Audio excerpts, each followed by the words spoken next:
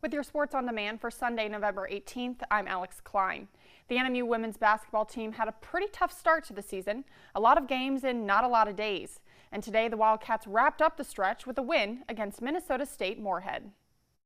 The 5-game stretch we had was as tough as any team in the country, I feel, in 9 days to start the season out.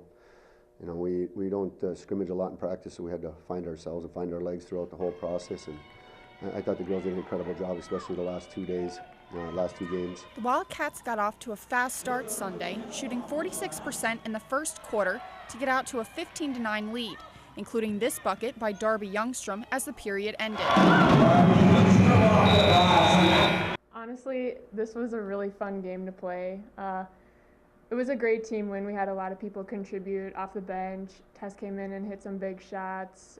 Darby down low was a beast. Tay was a beast in there. I think we did way better passing. That's kind of what we've been emphasizing a lot in practice, is passing to the open player and recognizing when we have those mismatches. The Wildcats had 11 assists against Moorhead and had a lot of contributions from players off the bench, including Taylor Hodell, who made the basket and the foul here. She had 7 points this game. It's great when people off the bench can step up and make plays, and that just makes it easier for everyone and more fun. And you know, when you have 2 and 3 people, 4 people scoring a night, like, that's great, but when you get more people involved, it just makes it way more fun, and you know, it's easier to get a win that way, honestly. The Dragons tried to make things interesting in the second half, cutting the Wildcats' lead down to 4 with this 3 with 4 minutes remaining in the game. But NMU did come through, getting some clutch play in the closing minutes. Jessica passing to Darby for an and one, and then Jessica recognizing that the shot clock was down and took the ball to the hole strong and did a heck of a shot on the baseline to basically get the score back up to 9 and seal the win.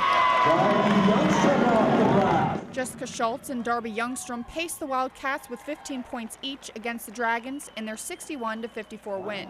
The Wildcats are back in action Friday at Concordia St. Paul. On the scoreboard, the Michigan Tech women fell to Minnesota State Mankato in overtime 72-68, suffering their first loss of the season. And on the men's side, the Huskies also came out on the losing end. Bulldogs over the Huskies 61-56. Brian Heath led Michigan Tech with 19 points.